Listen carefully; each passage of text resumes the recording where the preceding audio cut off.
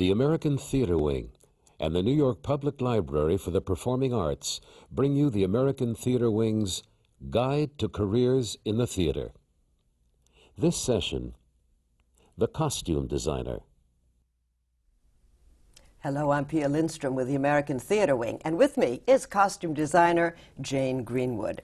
Jane Greenwood has won 12 Tony nominations, the Irene Shaft Award, the 2 Lucille Lortel Awards, and she has designed for more than, I guess, 300 plays? Oh, I don't begin to count. Many plays. Among them, The Dinner Party, A Boon for the Misbegotten, A Delicate Balance, Masterclass, Passion, and she's also a professor at Yale University. You come well qualified. What exactly do you design? Well, that's a very loaded question. People think that costume design has to do with designing clothes, and on one level it does. But there's also the very important factor of what you are designing for and who you're designing for, and whether it's a play or a musical or a dance or an opera, you are involving the audience in a story about people. And you have to know who those people are before you can really begin to think about even what their clothes are. You have to know where they are and the kind of life they lead and what they do to be able to reflect what they wear. And I think that if people think it's just about clothing, it's so much more. It's about being very interested in people. It's about caring that people are comfortable in what they're in, because you're always going to be dealing with performers who maybe have to do some very difficult things in the clothes that they're wearing. You have to know what kind of fabrics are going to reflect on the stage, on the screen, in movement, with the scenery. It's constantly a collaboration. Who do you collaborate with? Well, first you collaborate with the director. The director is the person who is going to tell you where he would like to see this piece, how he would like the people to perform, what he's going to need of his actors.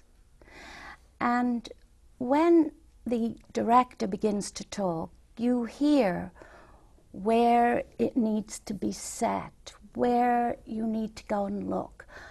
If it's a period play, are we going to do it in the period that it's set?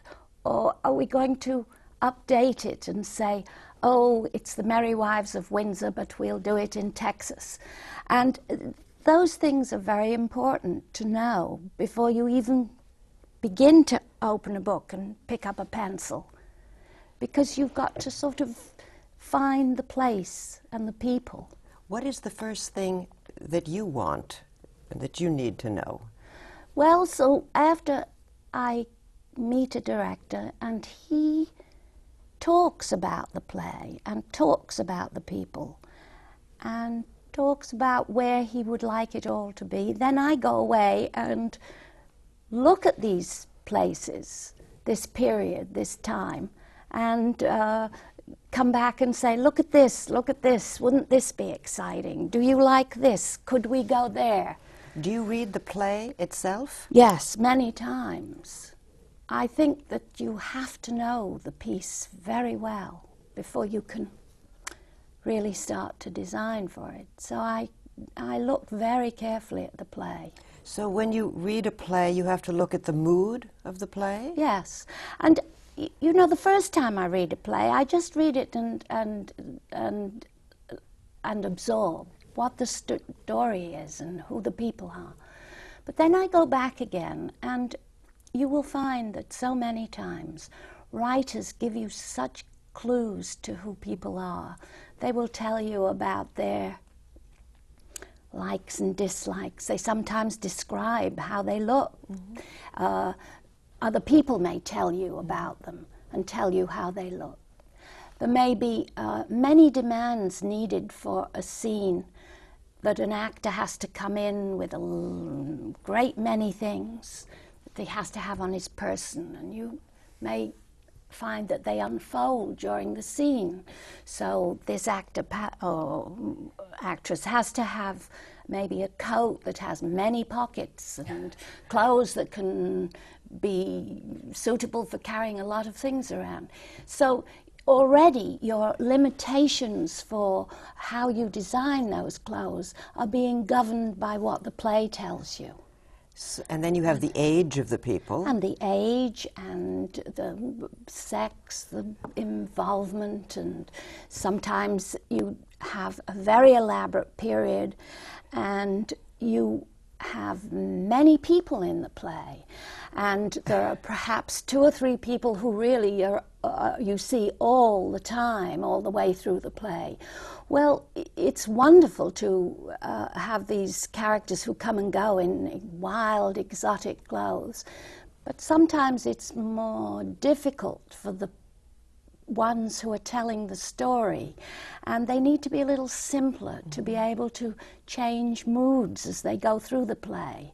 And so your flights of wild fancy should be saved really for the ebb and flow, and not bombarded all through the piece. And then the colors have to blend with each other. Yes, I guess you can't be designing different. Or against each other.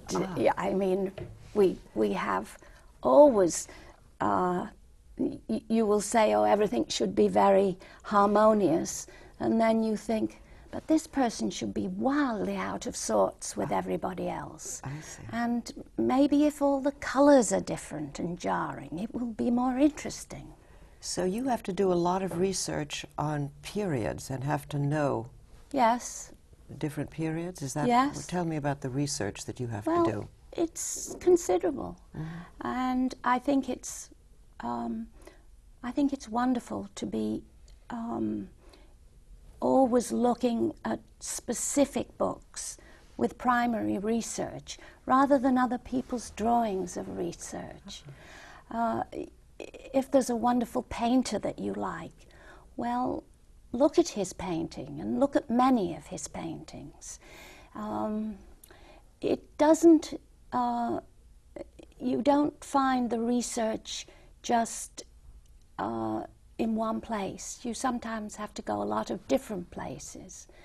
And you can see in museums, which I mean, I love going to museums, and you'll go to one museum and you'll see a collection of Egyptian art, and then you'll go to another museum and see some other things, and you'll go somewhere else and see something else. So you keep adding to your knowledge, and it isn't ever in just one place. And I think that's one of the wonderful things, that when you work in the theatre and you work in plays, reading plays and designing for them, you're always learning new things, and you're always going in your mind to different places. And What are some of the skills you need? Do you need to know how to draw? well, yes, because drawing is the instrument. It's the instrument to have a dialogue with a director. It's an instrument to be able to show an actor how his proportion can be changed, or how the garments are going to affect him. I don't know that you have to be able to draw like an illustrator, but you have to make clear your ideas. And really, designing is about ideas and what you want to say about that person or that period. And you don't always have to do it accurately. You can use a period as a jumping off point. and then maybe it will be modified or simplified, or you might look at Elizabethan period and then decide to make it all in a very interesting set of modern fabrics. It doesn't necessarily have to be slavishly copied. The designer has the imagination to use everything. I mean, designers are a bit like sponges. Is that one of the characteristics of a designer? What are the other characteristics? You're a sponge? You go to museums? Yes, you're a detective, because you have to catch things and find things and ferret things out. You know, all those photographs and pictures aren't always just readily available for all the people you want to look at. And perhaps you need to go and find something, and it takes detective work. What about psychology? I mean, clothes are sometimes symbolic. Well, aren't they? yes. Psychology? I think the psychology goes in convincing people that the clothes are actually the right clothes for the particular character, and that you want them to wear them, and you don't want them changed. You want them the way you designed them. So you have to get along with the actors. This is part of what yes, you have to do. They have to trust you. How do you develop this relationship? Well, I'm not quite sure how you develop it, except by perseverance. Mm-hmm. So maybe it's one of the skills a designer has is to help the actors feel comfortable in the clothes. I think if you need to make people feel comfortable in the clothes, but they need to trust that you're going to make them look as well as they possibly can for what they're doing. Mm-hmm. Even if you're making them look ugly, mm-hmm.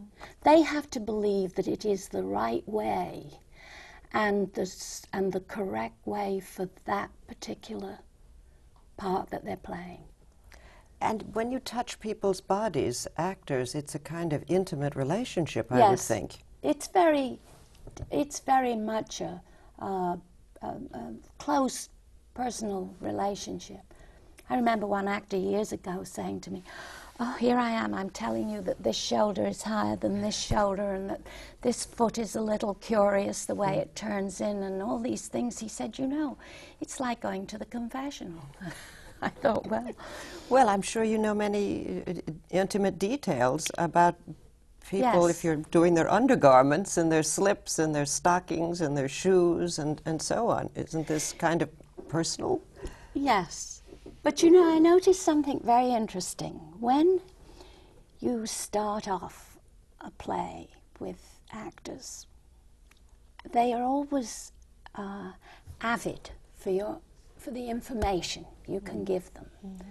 They love to look at the research with you, and you talk about the furniture and the way the people moved in the clothes and how they sit and stand and those things. And I find that there's tremendous interest, and I find that when I go to maybe the first reading, I will take a lot of pictures that are related to who these people are, or research of the period, and I noticed that they all love to go and look at all these pictures and are very excited about it.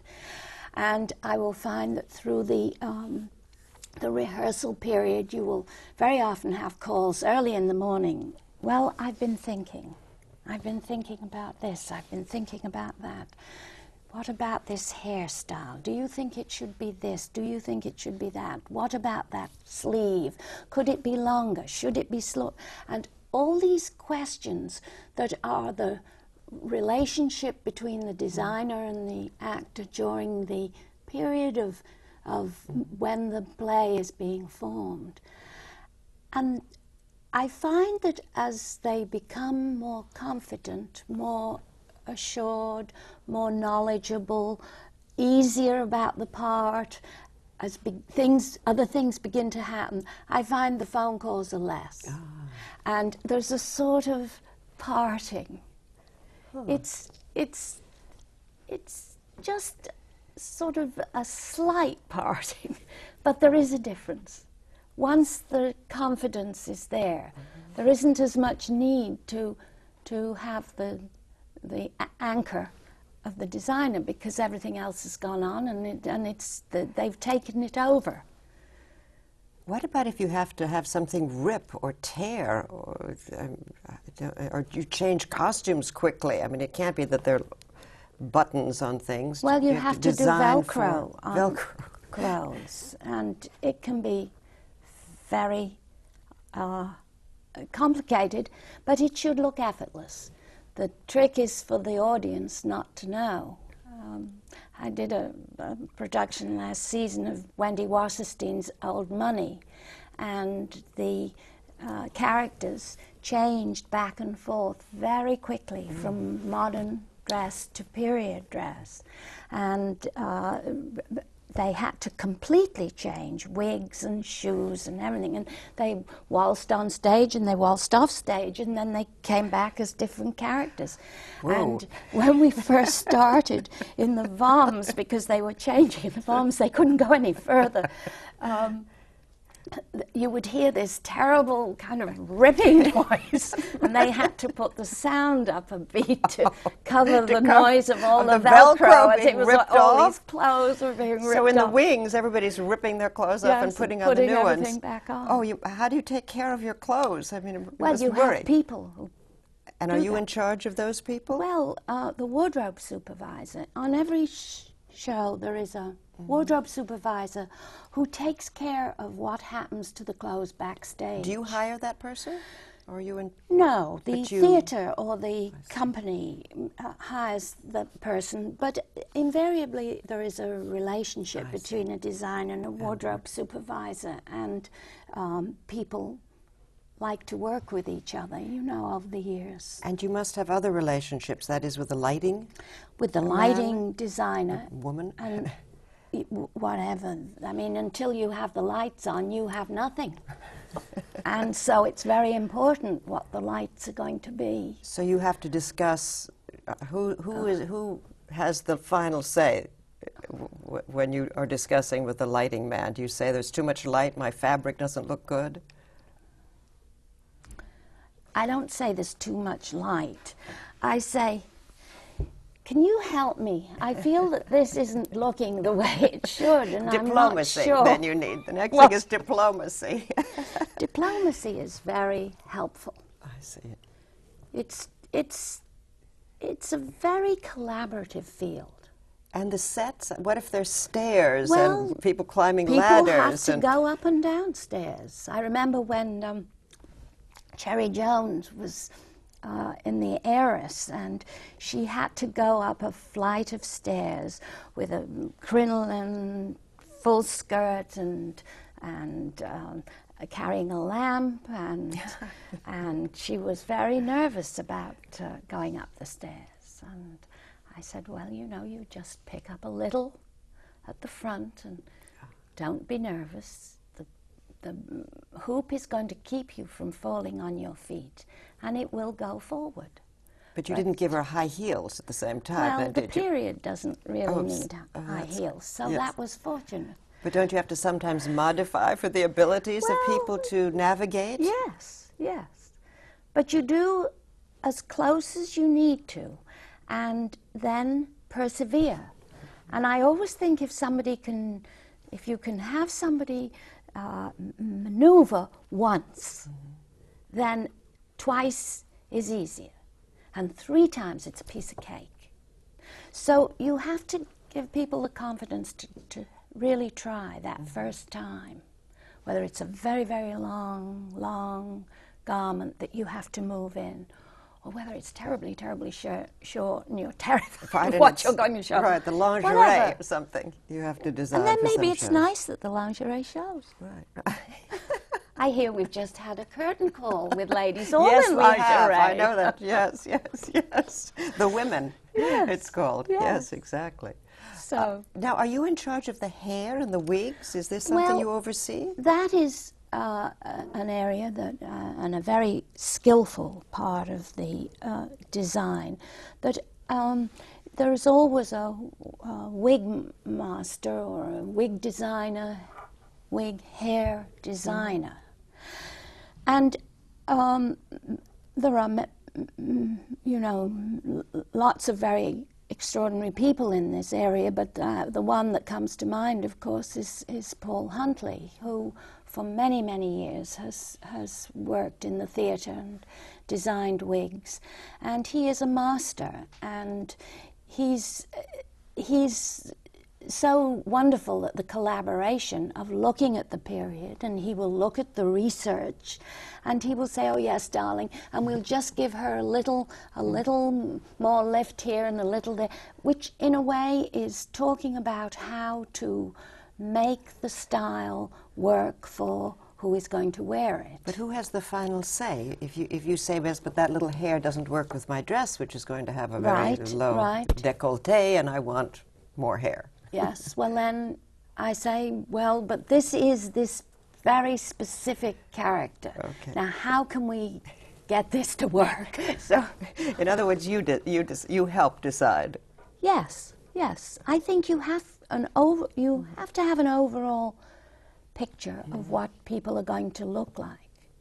But within the framework of that, I think it behooves you to trust experts in their various fields. You have here a book that you did for Major Barbara. This is the Bible of the, costume designer. Can we look at it a little bit? Is this, I mean, this is how you do your research, or explain what you've got going here? This is a book that has a lot of things going on in it. Yes. It has some drawings. Right. There's a drawing of Major Barbara. Yes. I'll just move it a little bit here. And then there's a drawing with her with the jacket off. Mm-hmm. There are pictures here in the costume shop, right, where the dress is on the dress form. This, of course, is the time when a designer can poke around and push about and say, put that button there, lift that there, do that there, and the actor isn't there having to stand and suffer all that. So here you have your swatches of then fabrics. These are fabrics that are used for the garment and the different color and the braid, and this is all put in a book so that people who do the shopping can put these swatches. They know where it comes from. We know how wide the fabric is. You know how much it costs. And then if you do a show where the play or the musical, whatever, runs for a long time, and the garment has to be replaced, you go back to this page, you know where the fabric was bought, and you can look at the muslin sometimes. All these different swatches tell you the story. Then you see the muslin fitting. Here's Cherry Jones in her skirt and blouse in the fitting room. There's a... Let me just move this a little bit. Sorry. There. More pictures of her. And here is some of your drawings, yes, presumably. So you do a little bit of drawing with the fabrics. Yes. Now, where do you go to find all these fabrics? Do you dye them yourself? And well, they are in many, many different stores, many different fabric stores. And I always say that really the fabric makes the garment. If you have the right fabric, then the clothes seem to work. But if you have the wrong kind of fabric... So one of the skills you have to have is, first of all, knowing where to buy fabrics, and then knowing how to judge how fabrics will hang. And there are people who have in the profession who are shoppers who will go and you will say, I want something in this color green that is very soft and drapey so that it will make all these lovely But in the folds. beginning, when you started, didn't you have to go and do that yourself? Oh, well, yes. And then you later I on... still do. Oh, you still do? I still love to go into fabric stores because they give you ideas. I think fabrics are very helpful for looking at... to sort of get an idea of what you'd like to use. Now, I'm going to show you something that was very interesting. And then you have a measurement chart here, which again has the measure. Yes, I know. You don't need to. You don't need to look. How much does she weigh? No. No, don't tell. But Of this course was not. a dress Yes. that I actually found, this one, at Doyle's auction gallery. And it's a dress of the period. Oh, I see. So you can find... I went to the auction to look at the exhibition because I thought it would be interesting to see what they had there that was of 1907. Right. So sometimes you buy clothes And sometimes you can buy them and copy them. But this one was, I was going to say, was particularly interesting because this was the real dress. And then we took it apart. Because it was all the silk inside of it was destroyed. And also, when you looked at it, you really couldn't see all the beautiful lace because it was cream on cream. So then I took, when it was taken apart, at Eric Winterling's, who was a costume shop I used many times. This was it before it was all taken apart. Then if you turn back the next page, and the next one, you see there it is with a darker lining underneath. I see. And so you could see it from the stage, which meant you didn't lose all the pattern of the lace. But with it the way it was, it was... You mentioned the costume shop. You have your office in a costume shop, or where do you keep your office? I have a studio at home. You have, at home. You work out of your home? Yes, and I have a drawing studio and where I keep all my books and research, and when I'm working on the play, when I'm designing, I usually do that at the studio at home. Then you put out a bid? How's that done? Then you have to take sketches to a costume shop and have a bid. And they will go through everything that's on your drawing and tell you how much it's going to cost. And if it is enough in the first place that you go, which may be your favorite shop to work in, then you can go ahead. But if there is a very small amount of money and you have to sort of really budget very closely, perhaps you will take the sketches to several costume shops, and then maybe some people will be able to make them a little less expensively, some people will do some things, some people will do others, and you eventually get it within what your budget is. And who gives you your budget? The producer. And then through the company manager, you talk about how you can save a little here, spend a little there. And usually there's a separate budget for hair, for wigs. Then if you're doing a musical, there always needs to be a budget for shoes, which is considerable, and particularly if there's a lot of dancing in the musical, because people have to have special shoes made, have to be comfortable, have to be repaired, replaced. So that comes in under another umbrella. Have you ever said, I'm sorry, that budget won't do? I can't. Yes, all the time. There's never enough money. So you have to argue with the producer a bit and say, yes, I need more. Yes, so it you can negotiate. be very difficult. Negotiating, yes. You have to, and you have to learn how to spend,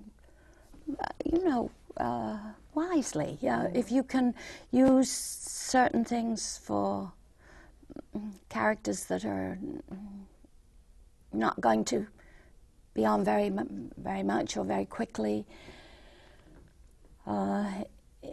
If there's going to be a costume that isn't going to get as much wear, you can sometimes manage to buy things. Or when you started, did you sew them yourself, the costumes? Well, I loved sewing when I was young, and I think if I think about where this all started, I was evacuated during the war with my grandmother. We went to North Wales.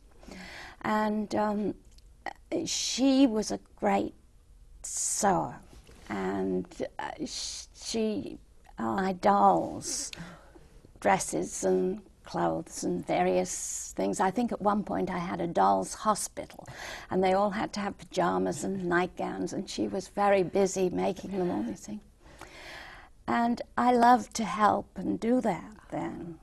But I think, on reflection, that I was much more interested in telling her what I wanted them to have than I was actually doing the sewing. But then, so now we know where the seeds of this inspiration came from. It was the Dolls' Hospital. Yes, the Dolls' Hospital. That's good. And then when you started, I mean, did you have to do the sewing yourself, or you went to shops and found things? Well, I went, after I left college, I went to the Central School of Arts and Crafts in London. And I was very fortunate. People like Nora Waugh were still alive and teaching there, who was a great expert in the underpinnings that go on underclothes, which give the shape of things.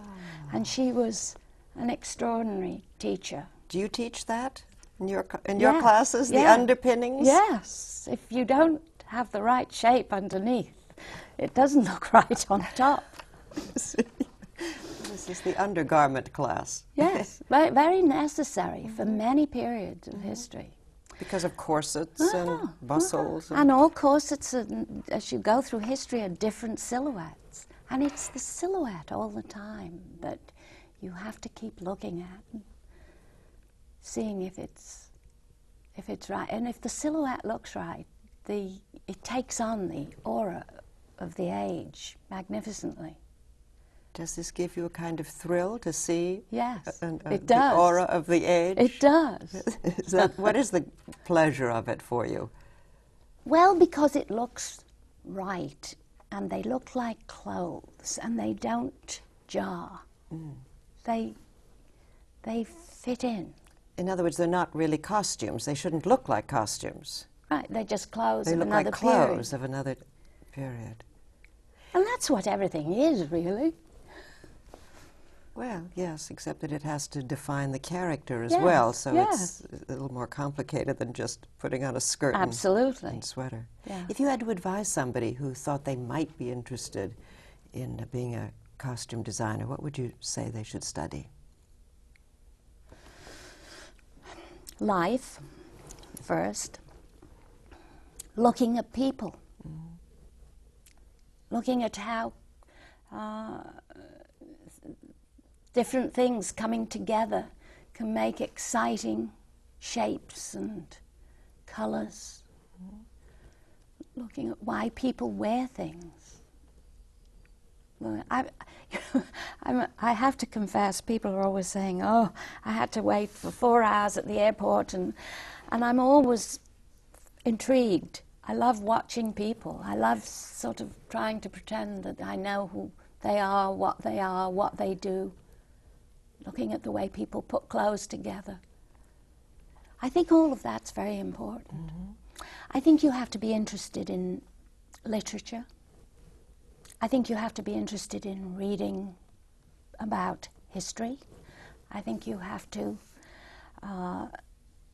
be a psychologist.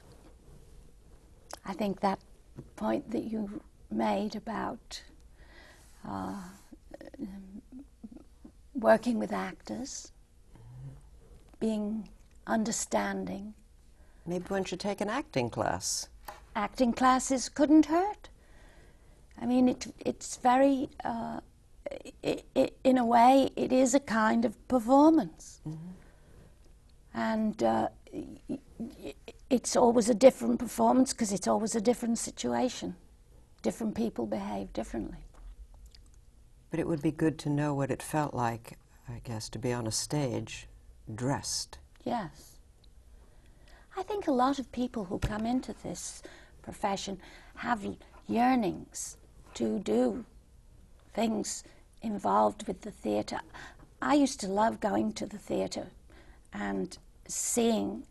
I was particularly impressed with the ballet. I can remember going to see Margot Fonteyn and Robert Helpman dancing, and they would dance for matinees and evening performances and go on tour all over England. And it was very thrilling.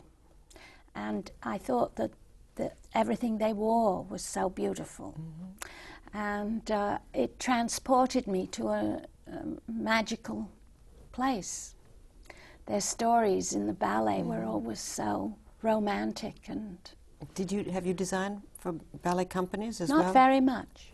But opera? I have for the opera, yes. And I've worked with Martha Clark, who is a very interesting director, choreographer, who I find very challenging to work with. Well, if people have to dance in the dresses, that's Or really move, difficult. yes, yes. I would think. Sometimes it can be more difficult than others. You know, because not always these days, it seems that the trend for dancers wearing clothes that look like real clothes rather than these ballet stretch things. Tights, instead of wearing tights, the men are wearing like suits. trousers and yes. And so how that works. And because they can't be real suits, or they would rip immediately. well, yes, but within the Must have really big, heavy seams in there so they can do yes, the or splits. else they have to be cut in such a way that they are in the right place on the body. They're high enough up, or you know, wherever it is that they need to give, they give.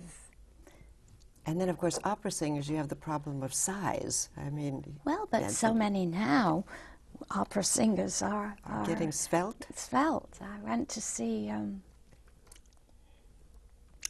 Renee Fleming, in Arabella, and I thought how beautiful she looked and how beautifully she moved. And but historically, they've been larger and not moved very much. no, So they and there still are those problems those many problems. times. I mean, I know you can name one, but and we're happy for her. But let's face it, and the men too, very often, don't they just stand there Yes, yes. in something large? Yes, but you hope that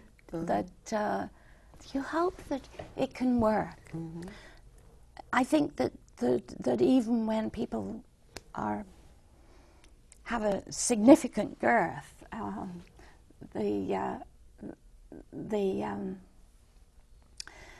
what they have on should sort of enhance them. I went to see the Tristan at the Met last season, and the two leading singers were quite robust proportions, but they looked wonderful. They looked like statues. So they were well dressed. Yes, and they looked like sort of wonderful Henry Moore sculptures. I kept thinking they look so strong and satisfying. Well, it was because good. Women might look like real women in the sense of not Yes, being and they were not supermodels. No, they were the proportions and the shapes they made together was very satisfying. Is it more interesting to dress a very slender young woman or somebody with wide hips and a little different shape? Or is it more interesting when they're... Well, everything is. They're all interesting. And does anybody ever say to you, I hate this, take Yes, it off, I hate yes, it. yes. I won't wear this, I won't be seen in this. They do? Well, it's been known. I can't bear it, I've heard. Oh. And you know, then you have to say, well, now what can we Do where can together. we do? What can we do together to get this? If you were advising schools for young people to go to, what sort of a school after they'd finished, say, high school? Well, I think if they're interested in, I think it's good to go and have a liberal arts education, to read a lot of plays, to find out about yourself, to find out what your strengths are, to draw everything that you are fascinated by, whether it's a beautiful flower or a piece of furniture or a person or whatever that comes into your eye that you find fascinating. Then how do you get a job? I mean, after you've done this liberal arts Well, education, then is you there a have to costume training center or Then apprentice you program? have, I think that there are regional theatres that have apprentices that, or interns that will go and maybe start working as an in-house shopper or as an assistant to a designer. Or at one of these costume shops that you mentioned? And then you can go to a costume shop and maybe work, maybe if you're good at sewing, you can go and work in a costume shop. But again, that takes a little specialization. So after you've started the liberal arts, if you can then, along with that, always take the opportunity of working on any theatre project that you can. If they want work study to help with the sewing, work study helping with the scene painting, going and acting, all of the things that are allied to what the craft is about. I think that's a very good start. You're a member of a union? Yes, there's United Scenic Artists. Do they have Union, apprentice 829, and they are having an apprentice program. And that is for people who are coming out of school. So that is an area where people can go if they really feel that they're interesed. Is there a fee, a flat union scale for pay? I think to be for an apprentice. Or a beginning designer. What can a costume designer earn? A beginning costume designer, there is a basic fee that is for, and it's different levels. If you work in a Lot B theatre, which is quite, regional theatre, it can be $500,000. If it's a would you repeat that? $500? Or $1,000. Oh, I see. All right. If it's law theatre, it goes up to like $4,000. Okay. A week. A month. A production. A production. Sorry. Okay. Then when you get to Broadway, it gets into bigger fees. Sort of for a basic play, you may start, and all of these figures are negotiable. The base rate that the union has is around $9,000 for a play. For the production. Depending upon the number of people in the play. But when you realize that you work for several weeks, maybe more than several weeks on just designing before the play goes into production, and then they invariably rehearse for 4 weeks, then maybe you have a week of technical rehearsals, and then maybe when previews, you have to be around to see the previews. There's a lot of work involved. And you go to all the rehearsals and preview performances? I don't go to all the rehearsals, but during the rehearsal period, the clothes are usually being made. So you're in the costume shop, and maybe you go check out what's going on at rehearsal, because of course you learn a lot about. And I think it's very important to keep a very good relationship with the stage manager, because the stage manager will always call you up and you say, somebody's going to need such and such because they're throwing this all over the stage, and I think you should know. Or they ripped something We're up. going to need something because that's being ripped every night. Whatever that is, the relationship is good to have with the stage manager. And then you must need a relationship with the people in these costume shops. There are Absolutely. dyers and Absolutely. trimmers, and what are all the occupations there? It's a huge area of people. And it's an area where people can go into on many different levels. I mean, there are painters. They paint fabric? Paint fabrics, dyers, embroiderers. Trimmers? Yes, people who just finishing, stitching, and hand what's stitching. a draper? Now, a draper is a person who looks at one of these sketches and takes some muslin and drapes the garment on a dress form to look like what you've drawn in your sketch. And then you go and look at it. And, I mean, there is a very interesting question, because the draper really takes the sketch and turns it into the third dimension, because it's going to move from just being a picture on a piece of paper to actually being something that is a shape in space. But it's not the real fabric. It's not usually the real fabric. Muslin, it's a muslin, or they call it a muslin. It can sometimes be done in muslin. Sometimes it's done in crepe if it needs to be soft. But it's always called a muslin. But it's always called a muslin. And then... And you put that on the actor? Yes, yes. Then you have the actor and you put it on, and then you can do all those pencil lines and say, oh, higher here, lower there, buttons here. And it's sort of like having a picture to fill in. So and you can look at the fabrics with the actor and say, now, it's not going to be this beige, it's going to be this beautiful brocade, or it's going to be... And I suppose that depends on what they're standing against. I mean, you have to talk to the set designer. You have to look at the set very carefully and know what you're in for in terms of what the background is. So who does the design first, the set designer or the costume designer? Very often the set designer, and sometimes it's in collaboration. Ming Cho Lee and I are working right now on 2 productions, actually.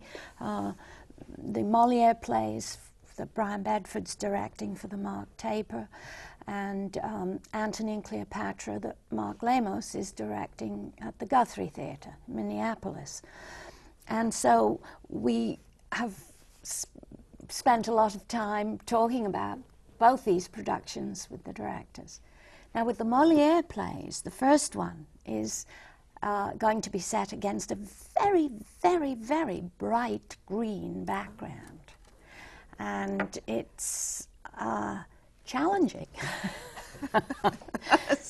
So you have to think about how the colors are going to look of the costumes in front of this very strong green. And talking to the lighting designer, Stephen Strawbridge, who looked at Ming's set, and then I went away and came back, and we had some very bright colors for the costumes, and then he thinks about how he is going to make this story all come together, and how he will light it. If you had to look at the other costume designers that you know, what are some of their qualities? What kind of people are they that go into your line? Well, they're very individual people, and they're very committed people. I think that it's a career that you have to have a passion for. It is something that doesn't let go of you easily. It's very hard to turn off when you're in the middle. I think William Ivey Long, who is a very extraordinary designer, and at the moment I think he has 6 or 7 productions of Broadway. And I run into him, he lives very close to her, and I'll run into him in the morning, and he's obviously thinking about something and concentrating on something, and we both have our few moments and go on, and I think, oh, it's a lot of thinking, a lot of connecting one thing to another. So it's consuming. Consuming. In some ways. Mm-hmm. And you have to love the theater, I suppose. Yes. You have to love the process. Mm-hmm. You have to love it's very thrilling. Is it? First time you see the curtain go up, it's very thrilling.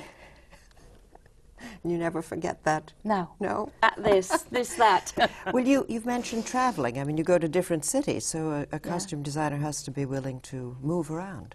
Yes. It's another... Pick up and go. Pick up and go. Mm-hmm. And how many productions could you have at one time running in different cities?